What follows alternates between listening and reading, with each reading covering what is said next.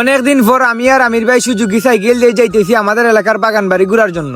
ভাই এই মনোটন জিক্সারের টান ফুরা আগুন ফুরা অস্থির।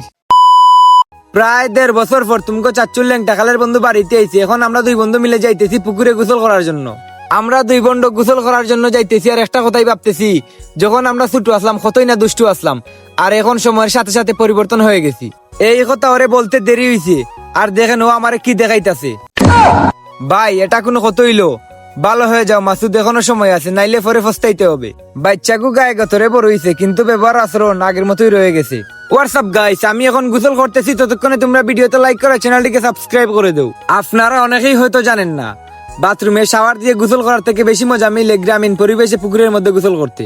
আমার গোসল করা শেষ, এখন আমি বাড়িতে গিয়ে খাওয়া দাওয়া করবো। আমার বন্ধুর নাম হচ্ছে শেবুল, ও আমার ফুফাতো ভাইও লাগে। ও 2 দিনের জন্য এসেছিল আমাদের বাড়িতে বেড়াতে।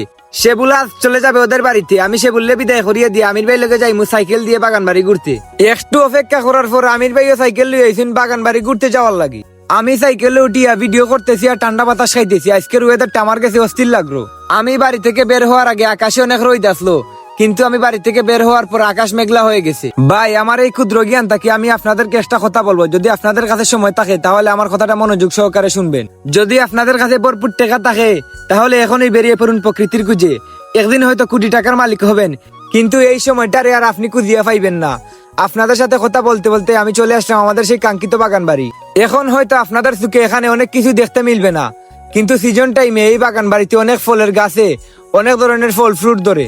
এই বাড়ির বিল্ডিং থেকে বাগানটা অনেক বড়, এর জন্য এই বাড়ির নাম দেওয়া হয়েছে বাগান বাড়ি। মাই ডিয়ার লাভলি অডিয়েন্স, আপনারা কি একটা জিনিস খেয়াল করছেন? আমার শার্টের আর প্যান্টের কালারের লগে বাইকের কালারটাও কিন্তু ম্যাচিং করছে। আজকের ভিডিও এখানে সমাপ্ত হয়ে গেল। ভিডিওটা ভালো লাগে ভিডিওতে লাইক করে চ্যানেলটিকে সাবস্ক্রাইব করে দিবেন।